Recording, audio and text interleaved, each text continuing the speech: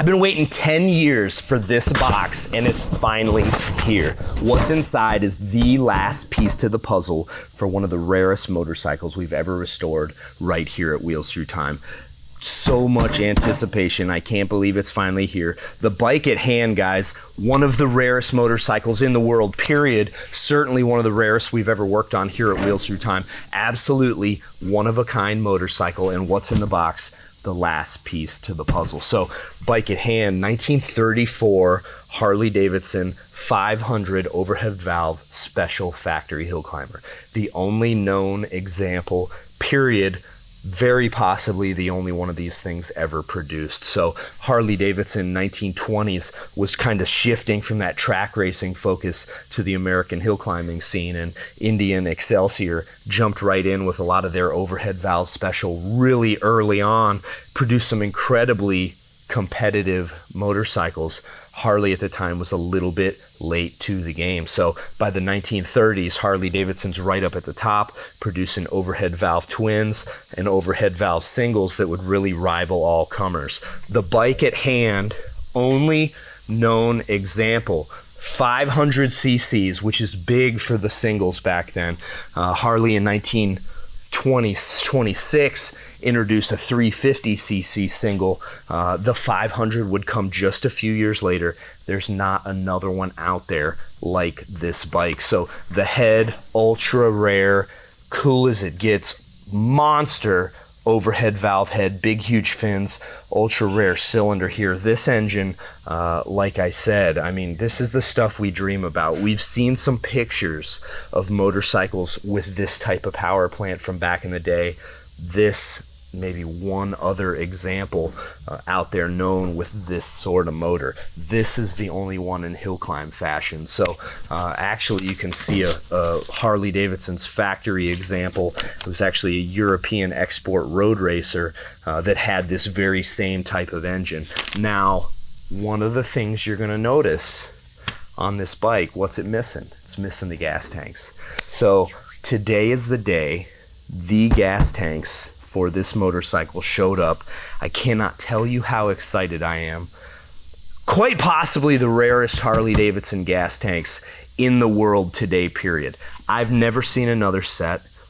A bike that exists with these gas tanks, there's not any, period, in the world today.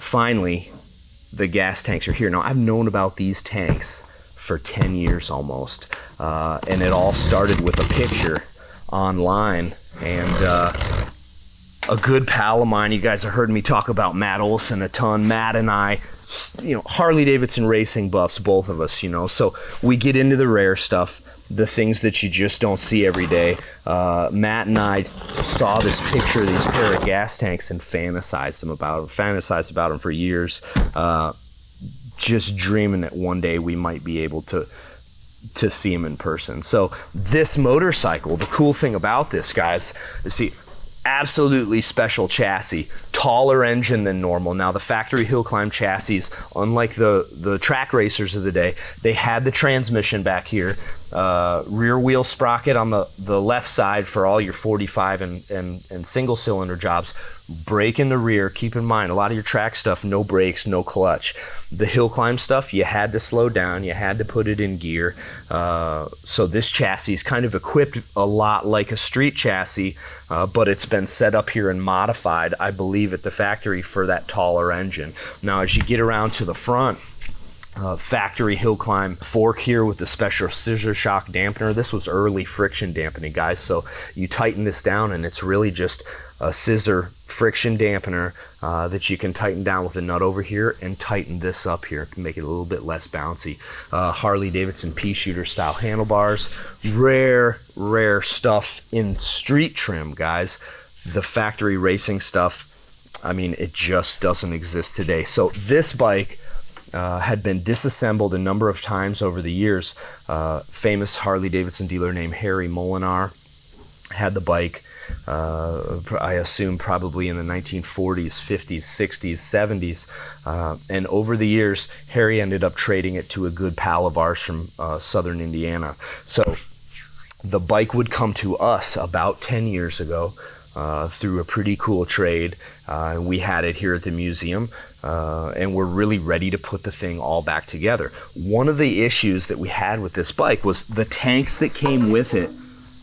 Cool tanks as they were, but they weren't factory-made tanks. These tanks were actually, as I understand it, as the story goes, these tanks were built by a guy named Gene Ryan. Gene Ryan was an Excelsior racer, worked on Harley Davidson stuff. The tanks, they slip on there and they fit pretty good, but they're not Harley Davidson made tanks. And you know, one of the things about the bikes here at the museum, we try to be as historically accurate and as historically perfect as we can.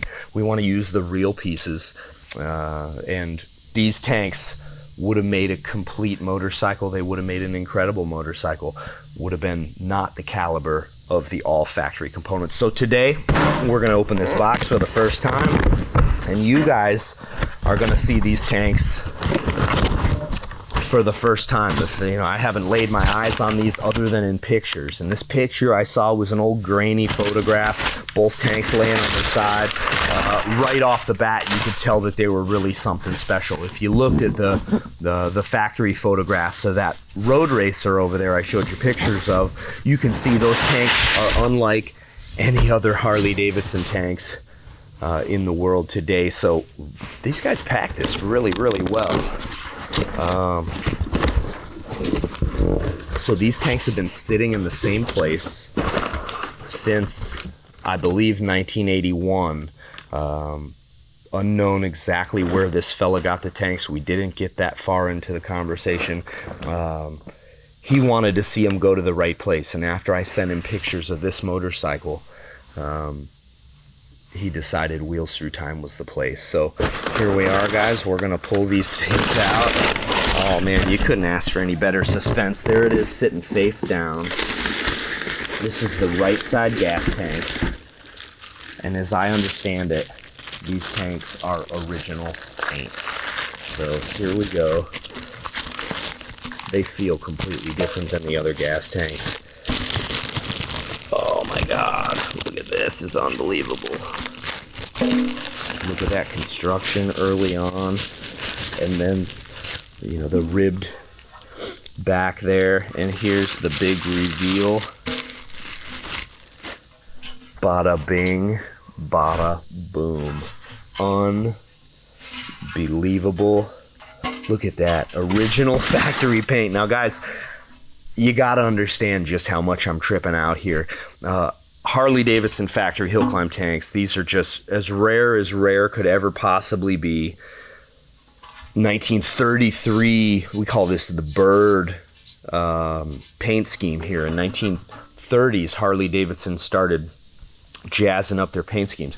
17 to 32, I'm gonna set this down and get the other one out. 1917 to 32, Harley Davidson offered bikes in any color you wanted as long as it was green. Then mid-32, sales were low. They're in the midst of the Depression. Not a lot of motorcycle sales across all brands. Harley Davidson decides, let's jazz up our paint schemes, make these bikes a little bit more attractive. So this is actually, oh, there it is too. Oh my God, there's a dealer decal. 1932, Harley really started jazzing things up. The scheme on these tanks is from Harley's 1933. Oh man, there's even some old grimy oil on these. These things have not been messed with. These have been, it's like they're off of a bike, man. Just incredible. So in 1933, Harley Davidson offered what is often referred to as the Bird paint job. You kind of see that bird silhouette right off the side of the tank. Look at this. This is incredible. Oh man, slight little dent. Shows the wear. Oh my goodness. Wow. Wow. These things are still sticky.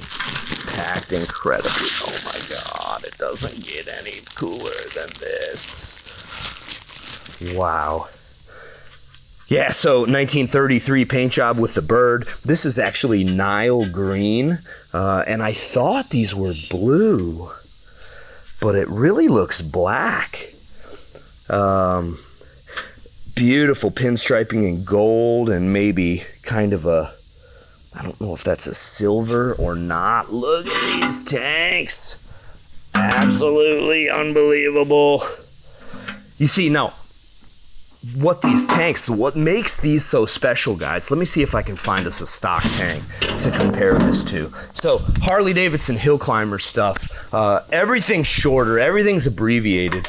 Let me see if I can grab a tank. There we go. Yeah, there's a pea shooter type tank. So this is what would have went on the Harley-Davidson, say maybe standard road model of the era. This is a pea shooter tank, 350cc, and they made some 500s a little bit later on. Now, as you look at this tank, you can see the thing is way long. Comes to a big point in back. This tank here, the front of it's almost the same. Virtually the same. Caps in about the same location. You've got the same lower tank mount, but this one has been shortened for that abbreviated backbone tube. What they've done here is they've peeled this way down and brought this backbone tube down to move the seat forward. That's what you had to do on the hill climbers. You want to get way up over on top of that bike. So shorter tanks. Oh my gosh, this is incredible. Shorter tanks, seat way forward. Now, in order to accommodate the taller motor, as you can see here, guys, you set these tanks up on this bike and you're running right into that big tall motor there. A 350, these tanks would slip right on. Now, this happens to be a 350cc racing head. They use these on some of the 500s also. Now, all the 500s are rare when it comes to overheads. Some of those early 500s use this little tiny pea shooter head. Now, Harley's first hemispherical combustion chamber. So you see that tiny little Hemi head, ultra short intake runner, intake valve here, exhaust valve here. This was actually a dual port head. And what they've done was they've lopped off this second port, plugged it, and they've ran it as a single port head. So one pipe out the side. A very, very select few of the 500 overhead valve jobs had this super massive head here, and as you can see, it's got a different rocker plate altogether. Harley-Davidson, standard I shouldn't say standard, special overhead valve configuration. This has these little valve spring and rocker arm enclosures that enclose the spring, kind of a la 1936 knucklehead before the 36 knucklehead even came out. So this head, though, if you put these two heads on a scale, I bet you there might be 8 or 10 pound difference. Who knows? I mean, the fins are incredible. This one's dual port, so if you come around the front, you can see the left and the right pipe. One valve, two pipes. So this thing's made to go wide open and wide open only. Ultra short intake runner here. Now, I've already got this bike running. I got it running with a bladder, had these tanks, and something was just telling me, my dad had this on the bench here for, I don't know, maybe 6 or 8 years, and it's been on the bench for, it's been 2 years since he passed now. It's been on the bench those 2 years, and something's been telling me not to finish it with these tanks. It was like, you know what, we're going to keep working on other stuff, and here we are today and in the presence of the bike once again. So you got to think, guys, one of a kind motorcycle. There's not, that I know of, and I've showed the pictures of these things that I got from just the other day. I showed the picture of these to a couple other of my buddies that are really experts in Harley-Davidson racing stuff. Some of the guys at the Harley factory, some other guys with great racing collections. None of us know of a set of these gas tanks in existence today. It's very possible, almost likely, that these tanks are the tanks from this bike, and it'd be a hard thing to question. These engines, they just don't exist. And for something like this, all these years later. I know you guys have seen it on a lot of our other programming, things coming back around 100 years later. This bike's in 1934, so we're, 89 years old, and here we are, what I believe are the exact gas tanks from this motorcycle coming all back together. So, a guy, if he's not looking close, could argue that these might be the tanks off of this bike. Well, the thing about this bike, there's a cast aluminum oil tank underneath the seat post, and this engine, actually, you can see it on this side, had a circulating oil pump that circulated oil, probably Harley's first circulating oil system on a factory racer. Didn't come out on the knucklehead until 1936, but circulated oil back to the oil tank underneath the seat post. As you can see, both of these tanks are actually gas tanks. There's a fuel line here sliding over to the other side, and then it appears the fuel line climbs across the front of the motor to the carburetor. These tanks, totally different. First thing I'm noticing is that it appears the petcock's in a different position, or the petcock hole, so this is cool. All right, this is real moto nerd stuff, guys. If you can't tell, I'm excited. Just doesn't get much better than this for me. So, hill climber, right? Here you go. Bike's sitting on flat ground, right? Bike's going up a hill like this. Where's that petcock pointed? Straight down. Gravity feed fuel system. So this is actually a special bung on the back of the gas tank here to allow this thing to drain fuel properly when it's on a monster hill. This is incredible stuff. I've never seen another setup like that. Really cool. So then what do we then see? And this is yet another indicator. Okay, so double gas tanks, right?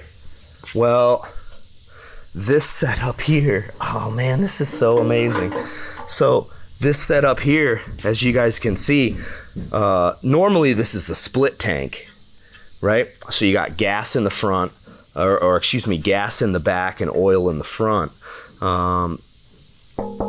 That's not, that, I mean, that was never even a cap there. That's just a solid bung.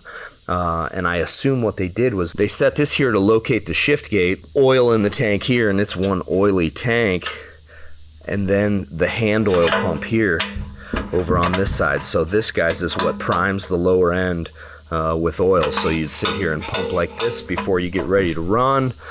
These tanks don't even have that. So undoubtedly, these are hill climbing gas tanks. There's no question that these are hill climbing gas tanks. And here you guys have the only Harley-Davidson big 500 overhead factory hill climb job, period, guys. I don't think there's any question. These are the tanks from this motorcycle. I really should probably clean these things up. I'm putting the oil's all sticky, and I'm leaving fingerprints all over these tanks. I gotta kind of clean that off and wipe them down, guys. But I know you guys hear it from me all the time. History happens here at Wheels Through Time every day. Quite possibly the rarest Harley-Davidson gas tanks in the world, period, to go on one of the rarest Harley-Davidsons out there today. Certainly one of the rarest bikes that we've ever restored here at the museum. So keep an eye out for more content on this, guys. We've already had the bike running, but what we're going to do is get this thing outfitted up with the tanks back on it, run some fuel lines and oil lines, and hopefully we'll be firing this thing up for you guys to see on another episode. So thanks for tuning in, guys. Wow, this is something special, and I wish my dad was here to see it, man. He wouldn't even believe it. So, really cool, guys. I'll catch up with you next time. Dude. Look at that hole. Look at this hole. You see that? There's a hole in the motor mount. Right here. Oh my God. Dude, that is just amazing.